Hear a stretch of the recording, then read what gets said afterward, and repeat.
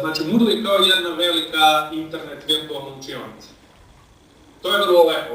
S druge strane, da, to je Moodle, njega može svako instalirati ako ima web server, on je open source, koristi PHP i SQL tehnologiju, ali zašto bi se vi oko toga mučili oko tih tehničkih detalja, kad mi recimo možemo sve to da vam rešimo. Mi se brinemo o tome, updateujemo lekcije vrlo često, održavamo server, bar jednom dnevno se server proverava, backupuje. Znači, nemate potrebe, vi možete i sami da otvorite svoj learning system.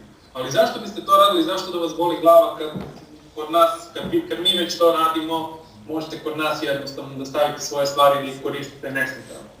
I plus da ne pominjem socijalni deo koji će ceo sistem učiniti primamljivijim učenicima i manje zastrašujući. Da tako kažem, evo ja sam izašao iz gimnazije pre godinu dana, znam da je moja gimnazija imala Moodle portal i pre nego naše škole, ali za taj Moodle portal je možda od cele škole znalo jedno 20 učenika i ne verujem da ništa se to ne bi promenilo da nije bilo naše škole.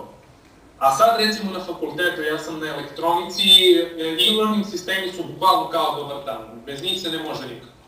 Mi svaki dan proveravamo e-learning sisteme, tamo nam stižu sva obaveštenja, tamo su nam lekcije, kritice, pripremni zadaci za ispite.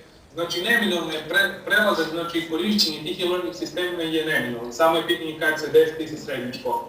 Moj predlog je da mi to zajedno ubrzamo i da pomognemo deci srednjoškolcima da rade bolje i više sa nama. Toliko od mene otprilike oko ovih tehničkih detalja.